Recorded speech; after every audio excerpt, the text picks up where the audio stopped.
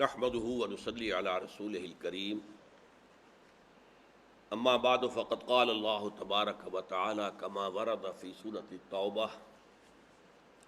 اعوذ بالله من الشيطان الرجيم بسم الله الرحمن الرحيم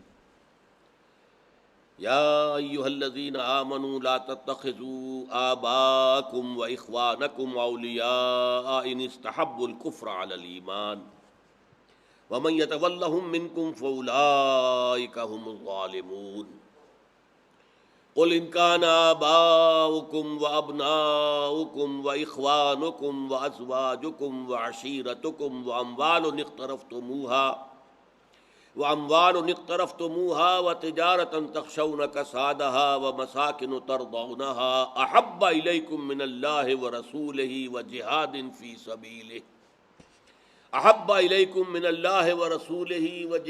في سبيله فتربصوا حتى يأتي الله بأمره والله لا يهدي القوم الفاسقين صدق الله العظيم رب اشرح لي صدري ويسر لي أمري واحلل عقدة من لساني يفقهوا قولي اللهم ربنا ألهمنا رشدنا وأعذنا من شرور أنفسنا اللهم ارنا الحق حقا وارزقنا اتباعه وارنا الباطل باطلا وارزقنا اجتنابه آمین یا رب العالمین۔ میں گزشتہ نشست میں عرض کر چکا ہوں کہ سورہ توبہ کے دوسرے اور تیسرے رکوع کی جو 18 آیات ہیں ان میں وہ کچھ ذہنی کشاکش جو غزوہ مکہ سے پہلے کچھ لوگوں کے اندر پائی جا رہی تھی، جن میں نمبر 1 تو ظاہر ہے اظہر من الشمس منافقین تھے، پھر یہ کہ کچھ مسلمان بھی جو نیک دل سلیم الفطرت،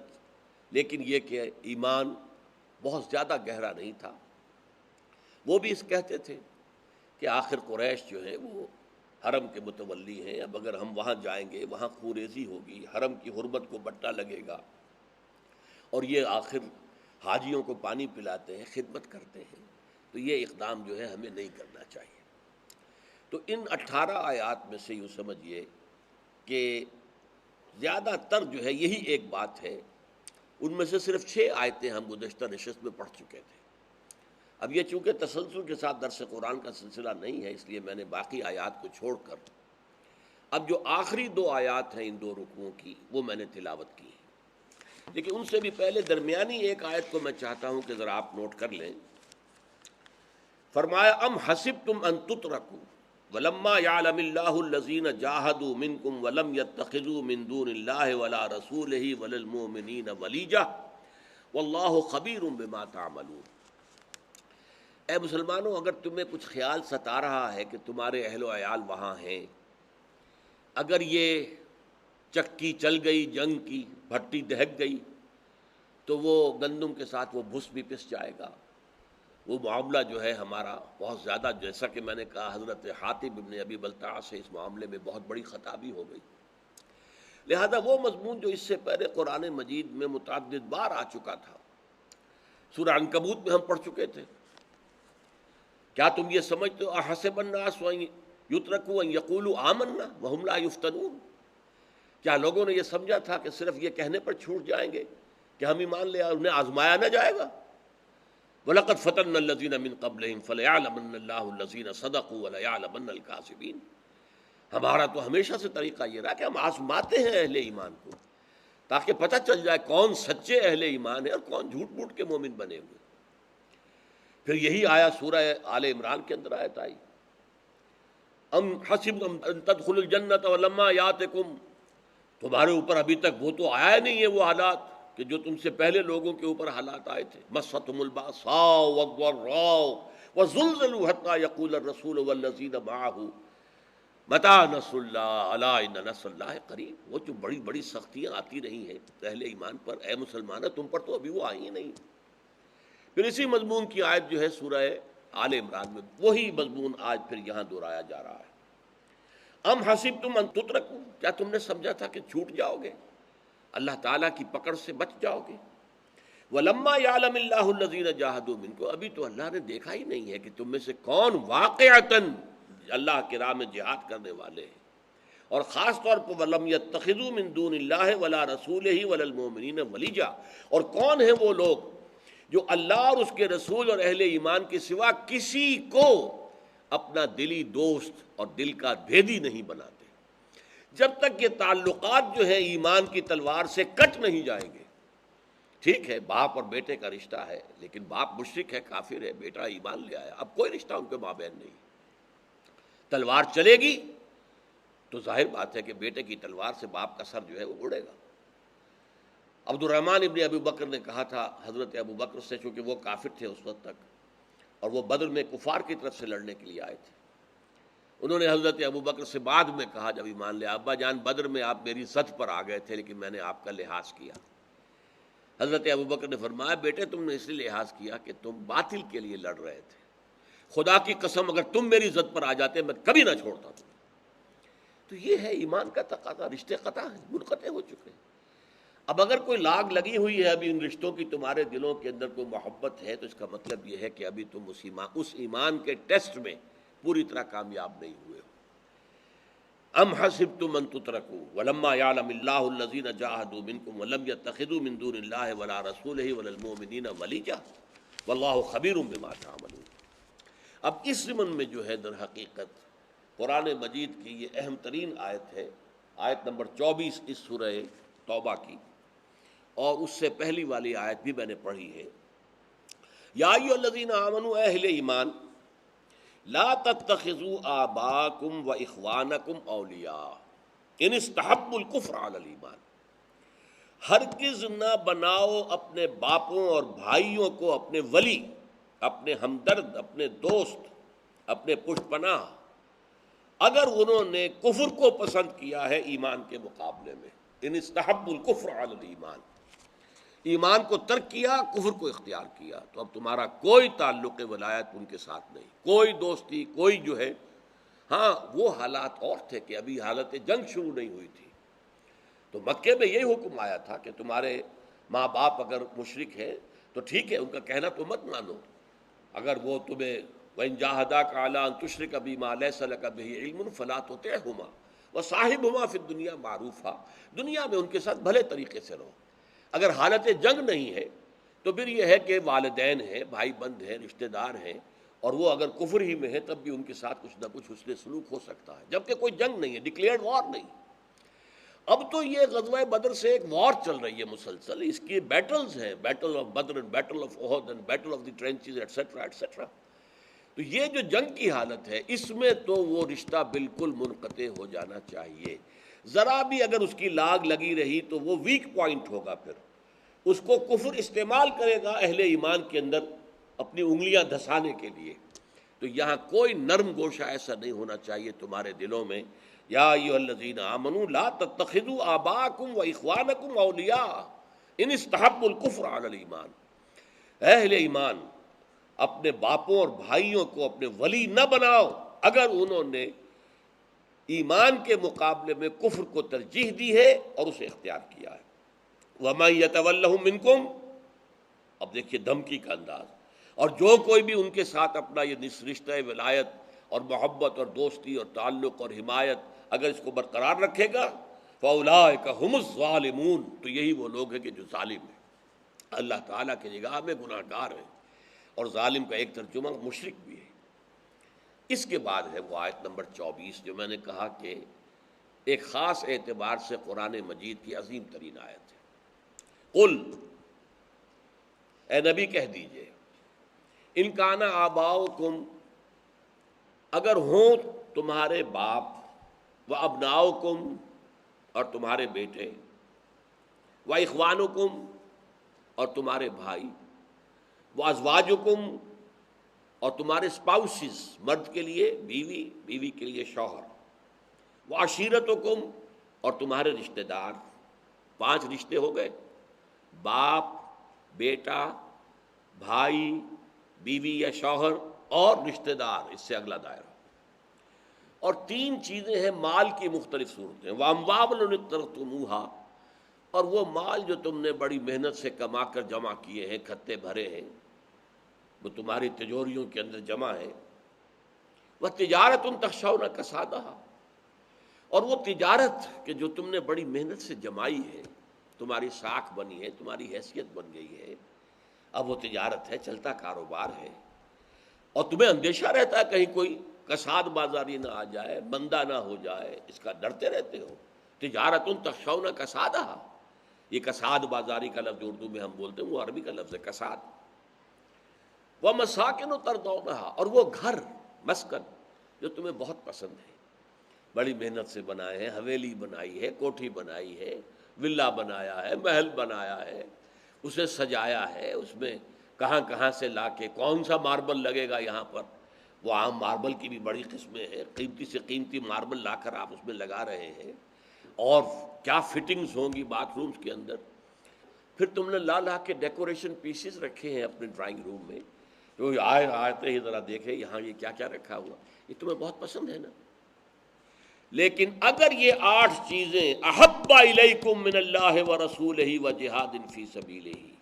اگر یہ 8 چیزیں زیادہ محبوب ہیں تمہارے نزدیک اللہ سے اور اس کے رسول سے اور اللہ کی راہ میں جہاد کرنے سے، فتربصوا، تو جاؤ انتظار کرو، حتی یاتی اللہ بامرہ، یہاں تک کہ اللہ اپنا فیصلہ سنا دے، واللہ لا یہدی القوم الفاسقین، اور اللہ ایسے فاسقوں کو ہدایت نہیں دیتا۔ یہ نوٹ کر لیجئے، یہ ہے قرآن کا فیصلہ۔ بڑا پیارا شعر اقبال کا ہے، یہ مال و دولت دنیا، یہ رشتہ و پیوند، بتان وہم و گما لا الہ الا اللہ، خودی کا سر نہاں لا الہ الا اللہ، ایک عجیب نظم ہے ان کی یہ۔ بتان وہم و گما، یہ سب ہمارے بتان وہم و گما، یہ رشتے ہیں، یہ محبتیں ہیں، یہ تعلقات ہیں، یہ مال ہے، یہ دولت ہے، یہ کاروبار ہے، یہ پروفیشن ہے۔ ایسا احاطہ کیا اس آیت نے کہ دیکھو ایک ترازو نصب کر لو اپنے ذہن کے اندر، اس کے ایک پڑھنے میں 8 چیزوں کی محبت ڈالو، باپ کی محبت، بیٹے کی محبت، بھائی کی محبت، بیوی کی محبت یا شوہر کی محبت، اور اپنے سارے رشتہ داروں کی محبت، اور اپنا مال جو جمع کیا ہوا اس کی محبت، اور اپنی تجارت جس کو بڑی محنت سے جمایا ہے اس کی محبت،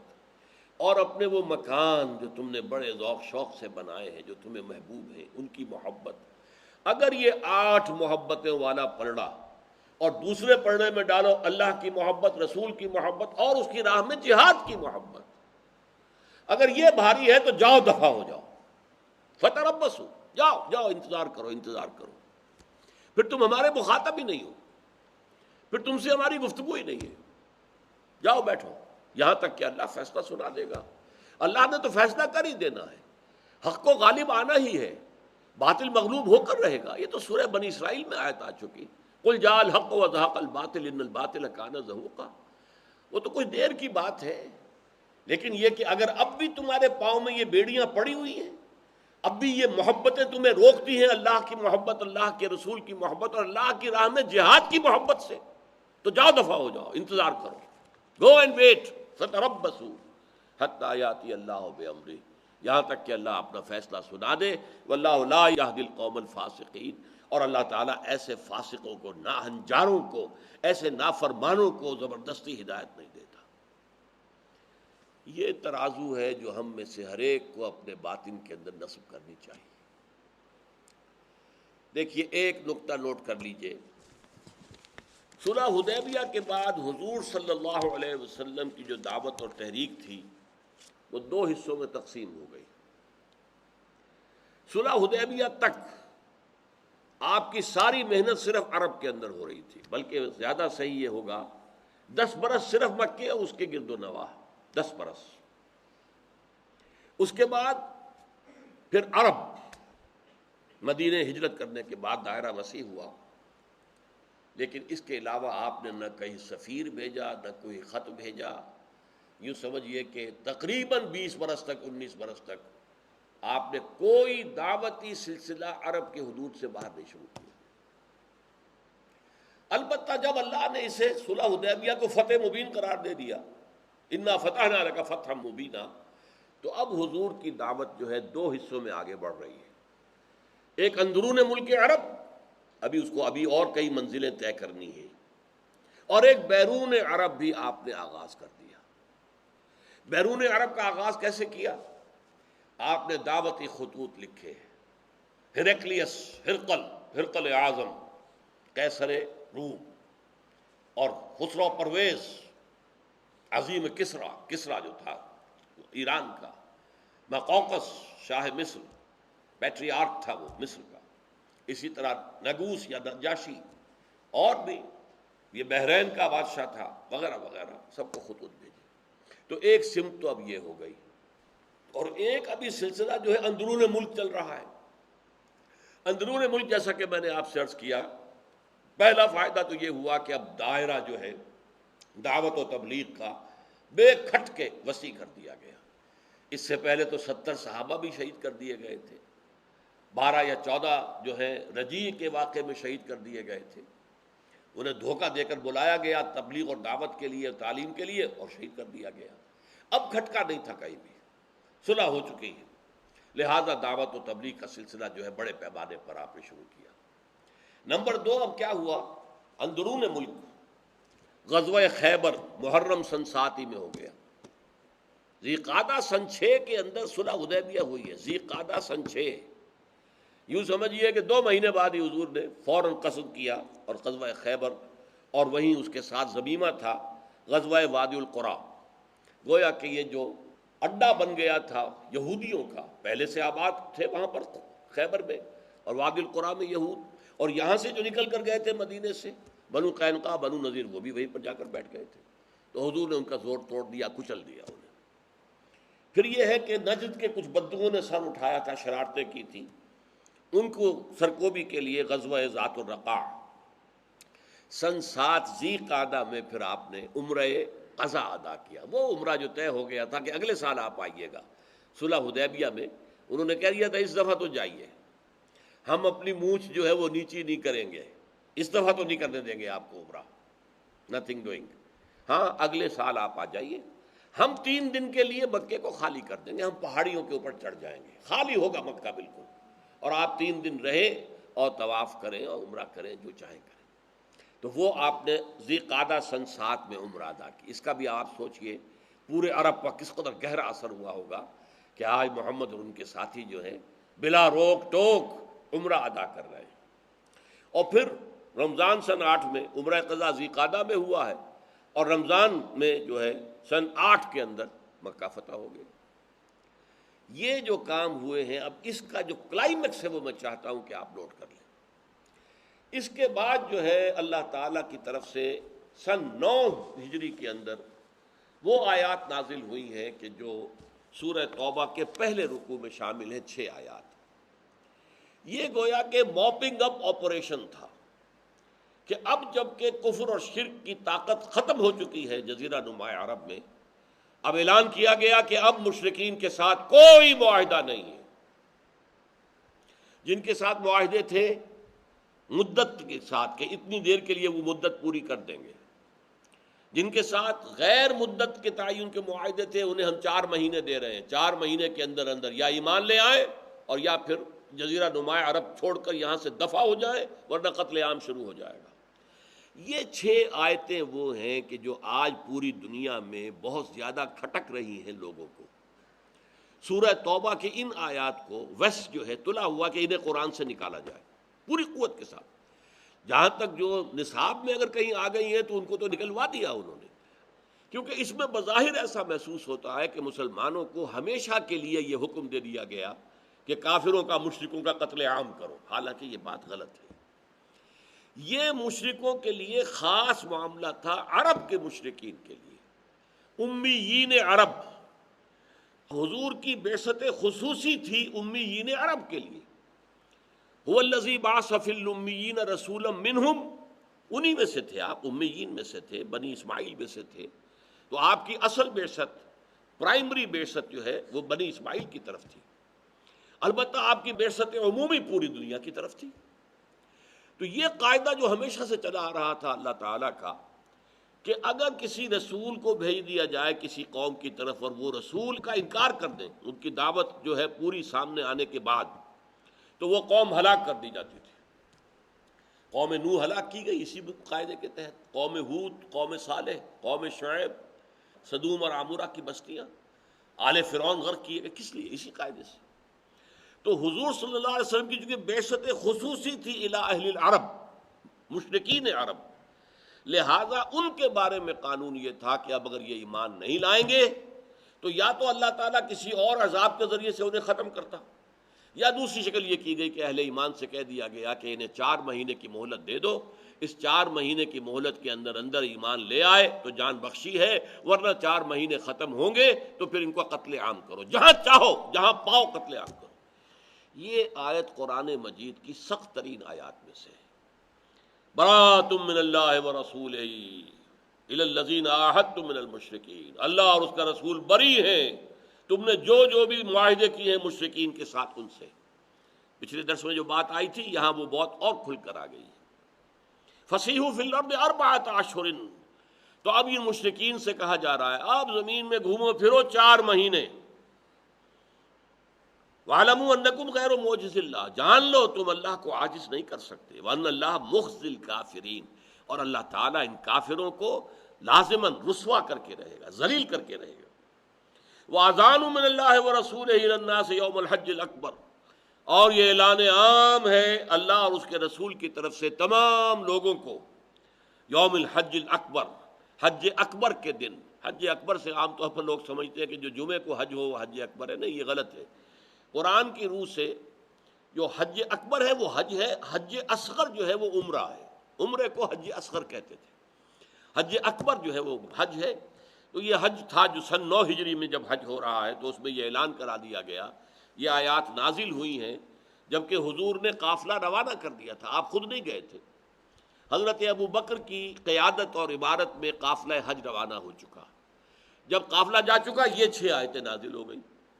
پھر حضور نے حضرت علی کو بھیجا، جاؤ علی، اور جا کر وہ اعلان عام کر دو، یہ جب مکے کے اندر جب وہاں حج کے موقع پر تمام عرب کے لوگ جمع ہوں گے یہ اعلان عام کر دو، میری طرف سے تم اعلان کرو۔ حضرت علی جو ہے منزل منزل تیزی کے ساتھ دوڑتے ہوئے آ گئے، ابھی راستے ہی میں تھا قافلہ، پہنچ گئے۔ حضرت ابو بکر نے ان کو دیکھا تو دیکھتے ایک سوال کیا، ذرا نوٹ کیجئے کس قدر وہاں نظم اور ڈسپلن کی بات ہوتی تھی۔ حضرت ابو بکر پوچھتے ہیں امیر او مامور،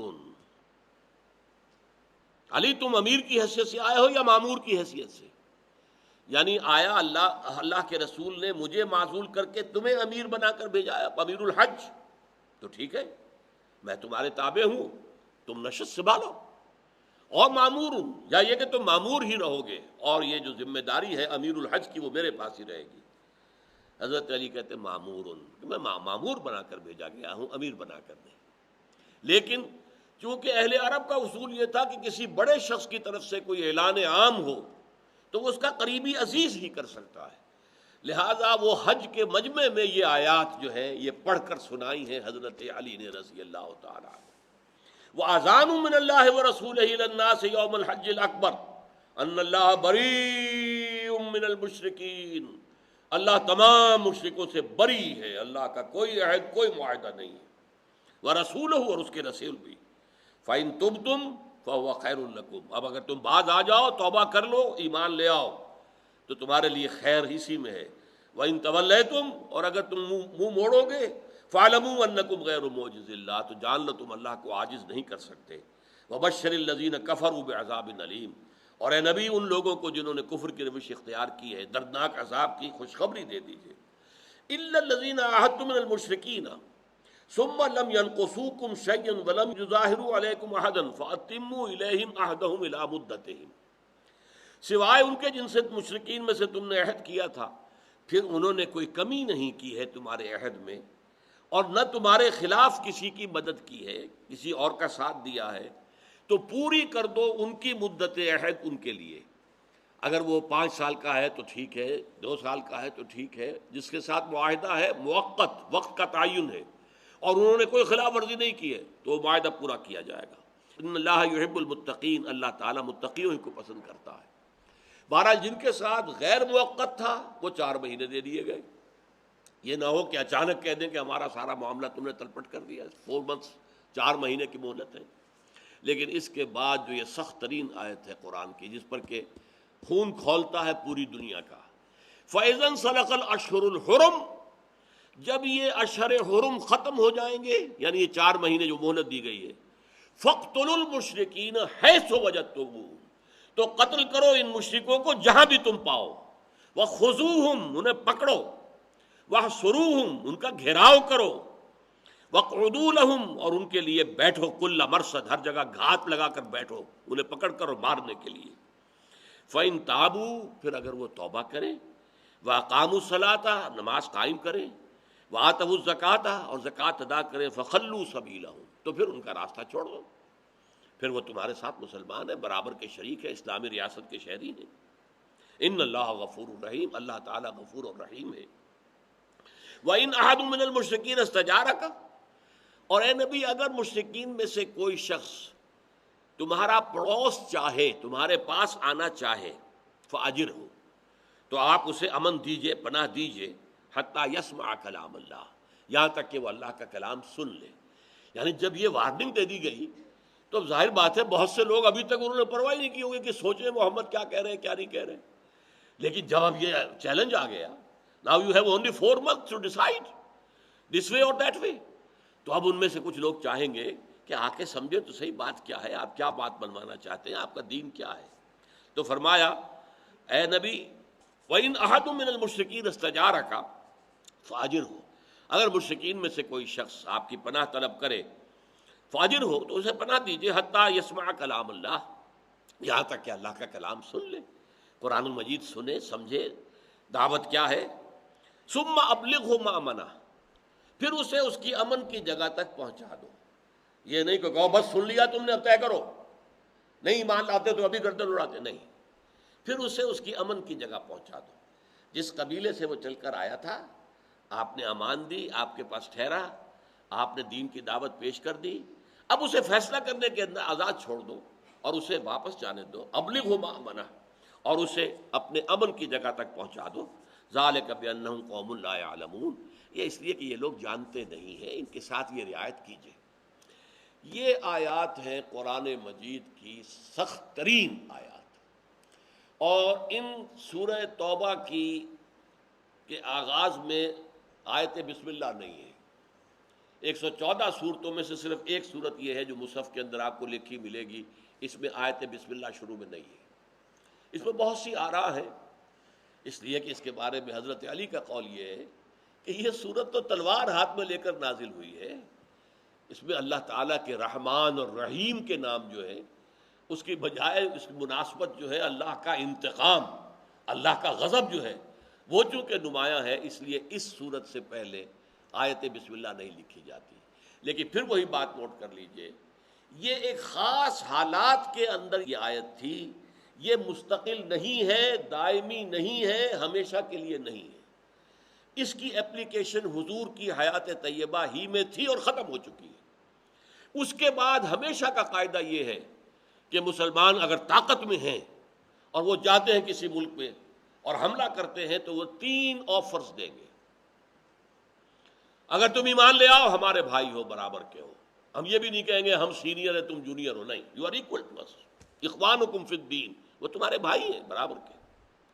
اور اس کی علامت کیا ہے؟ ایمان، نماز اور زکوٰۃ، 3 چیزیں کم سے کم. اچھا اگر یہ تمہیں منظور نہیں تو تم نیچے ہو کر رہو اور جزیہ دو. بالا دست جو ہے، بالا تر نظام اللہ کے دین کا ہوگا. یؤتوا الجزیۃ عن ید وہم صاغرون، یہودیوں سے، عیسائیوں سے، ہندوؤں سے، ایرانیوں سے، مجوسیوں سے، ہر ایک سے. پھر یہ بات دوسری یہ ہے تم تابع ہو کر رہنا قبول کرو، تم ہندو، مجوسی، عیسائی، یہودی جو چاہو بن کر رہو، لیکن نظام اللہ کا ہوگا، اللہ تعالیٰ کی حکومت ہوگی، پوری کائنات کا حاکم وہ ہے اور یہاں بھی حکومت اسی کی ہوگی. اچھا اگر یہ بھی پسند نہیں ہے تو پھر آؤ، تلوار ہمارے اور تمہارے درمیان فیصلہ کرے گی، میدان میں آ جاؤ. تو وہاں یہ نہیں تھا کہ تم لازماً ایمان لاؤ ورنہ تمہیں قتل کر دیا جائے گا، نہیں، یہ صرف اہل عرب کے مشرکین کے لیے تھا جن میں حضور کی اصل اور اولین بعثت تھی. اور اس میں بھی ایک چوائس تھا کہ اگر تم ایمان نہیں لانا چاہتے اور اس قتل سے بھی بچنا چاہتے تو اب تم یہاں سے ہجرت کر جاؤ، چلے جاؤ.